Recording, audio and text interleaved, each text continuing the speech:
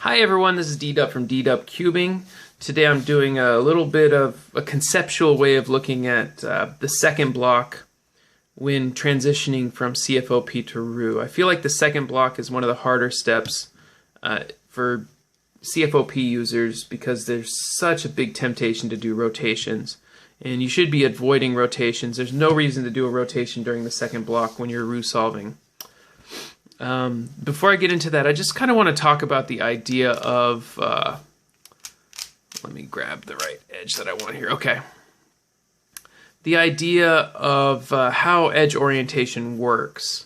Basically, there's two planes, two faces that affect any edge. In this case, this edge is affected by the front and the right.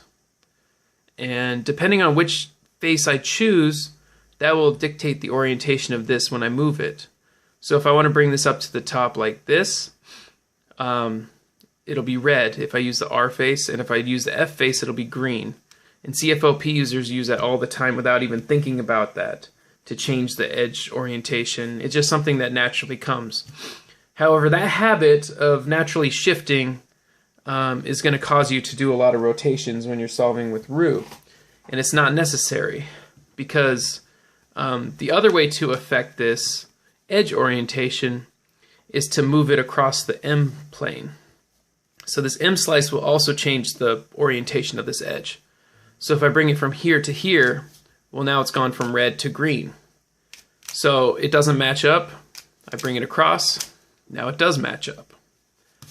And that's important because that's essentially how we adjust the orientation and avoid rotations. I'll show you how that works with an actual corner. So the thing about the corners is they don't care how this edge is oriented. They can pair up either way. This edge will either, or this corner will either pair up on this side or on this side, depending on the orientation of this. So if this orientation is here, it'll pair up pointing out this way. If it's here, it'll point this way. And so depending on the orientation, that's which side the corner will attach to, but the corner can go either way. The thing that is affected by that is how you insert it. So if I have it this way with the green up and I'm trying to insert it in this slot, this is the obvious one, and oh no, I'm sorry, this is the harder one. Let me get the obvious one. This is the obvious one. This is one that you'll insert with no problem coming from CFOP. Roux and CFOPers will insert this the same way, like that, with the R, U prime, R prime, and drop it in. However, if you got this side facing up, well, now you're in a different situation here. And if you're a CFOP solver, you're going to have to rotate or try to do some F move or something. But I think most CFOPers would insert this pair like that. Do a rotation, move it there, and then drop it in. However, a Roux solver will leave it here. They won't move it here. They'll leave it here. And then they'll do a right wedge, which is changing the orientation of this. It's changing the orientation of the edge by moving it across. It's keeping the corner attached to it, moving it across. And it's also positioning this free slot for the insertion of the pair. So now this free slot is on top, and I can just drop it in. If we break it down further, we can actually even see more of what it's doing. And essentially what it's doing is an F move. It's doing an F. The fastest way to insert this would be an F. The problem with doing that, of course, is I have this block already done. So if I do F, it breaks up the block. But if I move this block out of the way and then do an F, and then I move this block back, it's done.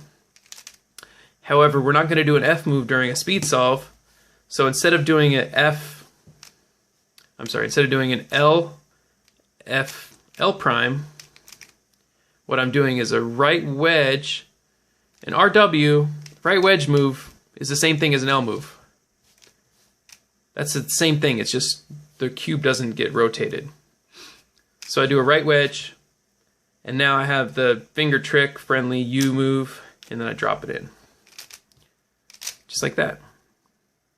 If I want to do that on the back corner, that's too easy, okay, so here's the easy one, easy pair, dropping in here. Just like that. Drop it in. And that's the same as, same for Roux, same for CFOP. Easy. R prime U R. R prime U R. However, if I get it this way, what am I doing? There, if I get it this way, this would require rotation. If you're a CFOP user, you need to spin the cube, drop it in like that. Instead, we're going to do the same thing. We're going to move this out of the way and then do a B move and then move it back. But I'm not going to do it that way. I'm going to do a right wedge inverse, U prime right wedge. And now it's done. Right wedge inverse, U prime right wedge. So this is inserted, no rotation required. All it really is a B move while moving this out of the way. So that sort of explains the concepts and how we insert. But I want to get further into the idea of block building as opposed to the idea of building across and solving around it. And one of the key things that happens here, even I do it even though I started off with Roux, is there's a tendency when you're solving any block. Let's start on the left block. So I'm going to scramble. But the tendency is to pair these up first, to pair the down edge first. This is my down edge, and then fill in these blocks like this and this. It is the most flexible because your second block can be either, or second 2x1 can either be this or this. And if you pick a different one, your second 2x1 has to be, it's laid out for you. But you need to start being able to solve like this. So I need to be able to do this one first. Now, if I do this one first, it means that my next block, if I think about my first block, this is the left back edge. So my next block is going to be this one, and then my third block is going to be this one. So instead of going 1, 2, 3, I'm going 1, 2, 3. And being comfortable doing that adds a lot more flexibility to your solves, but it's a lot harder to get used to, especially for a CFOP user where you're always doing the cross first. So here I see my edge in my corner. Let's do this like this. So now I have my first 2x2x1, and then I do the last one like normal. Drop it in. Let's do it on the second block.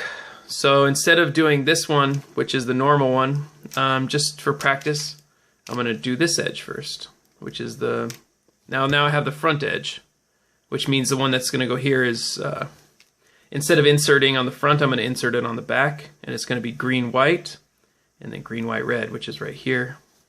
Green, white is right here. Oh no, sorry, that's green, white, orange. Yeah. So just like that. So now I have my 2x2, and my last one is here and here.